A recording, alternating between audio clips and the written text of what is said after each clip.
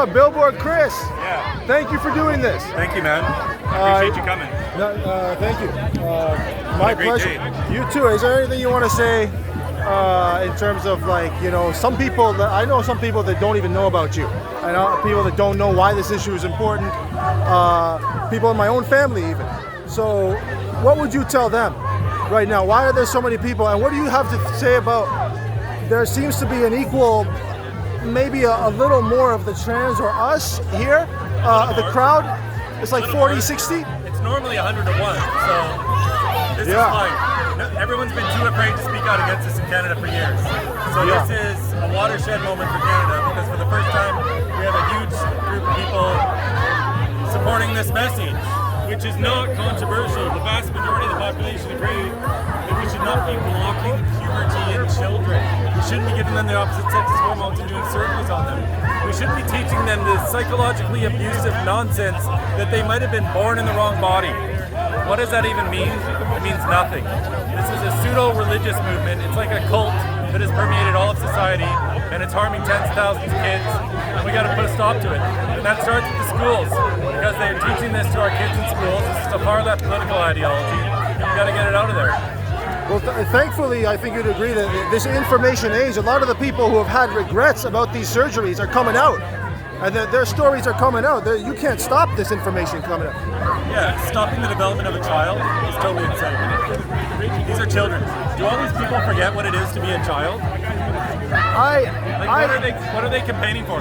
They can't have a conversation. All they can say is trans rights are human rights. But when you ask them what human rights do trans people not have, they have nothing. They have all the same rights as anybody else. But you know what right they don't have? They don't have the right to come for our kids and harm our kids. We're going to put a stop to them. Yeah, and I think also I saw a video of some, like, it looked like a prepubescent boy that was speaking in front of some Congress or some city council meeting or something. And he was talking about, I have rights too. And it's like, the first thing that came to my mind was, okay, sure, but if you go out and murder somebody, we don't put you in jail for the same time as an adult who does that. So it's not like we're not giving you nothing in return by taking away your so-called rights in this way. What do you have to say about that? What do kids know about being an adult? How can a child possibly consent to throwing away their adult sexual function, to sterilizing themselves, to not being able to have a family? Obviously, kids don't know what they're signing up for when they go into this. But half these kids that end up in these gender clinics are on the autism spectrum. They all have other mental health comorbidities going on. Frequently, there's been trauma or abuse or sexual abuse, but we don't treat any of this anymore. We just treat gender as though it's the cure-all for all of their problems. And all we're doing is creating more problems, because now we're turning kids into lifelong medical patients. This is totally obscene. Absolutely, well said. Thank you very much for your work here today. Thank you, appreciate it. And you're doing this worldwide, right? It's a worldwide. Yeah. I've been traveling North America. I traveled Canada since September 2020. When the borders opened up, I started going to the US in November 2021. And I just went to England, Scotland, and Ireland. Wow. I'm going to keep traveling around the world because we're all connected.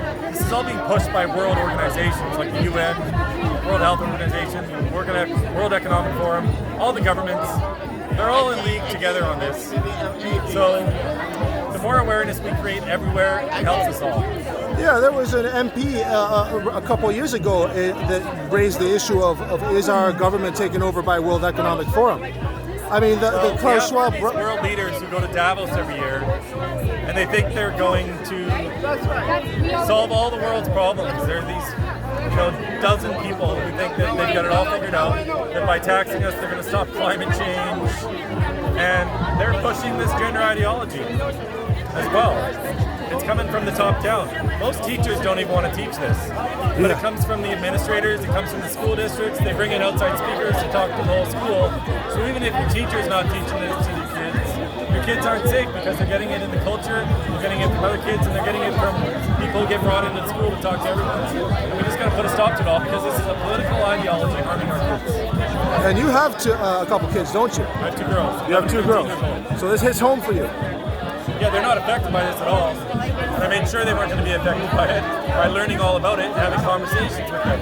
And that's what parents need to do with their kids, because when parents learn the truth about this and relay that truth to their own children, when the lies come for their kids, those lies are just going to bounce off. Well, I wish you the best with this, sir. And I have seen videos where people were violent with you. So I hope you're safe today, and You know, I did hear about, I think one of the Antifa type people got arrested or something earlier. I don't know. I just got here now. I don't know if anyone got arrested. I haven't heard about that. Okay. But I did see I saw some of them getting super aggressive. So maybe. I don't know. I'll find out later. All right. Thanks, guys. Thank you.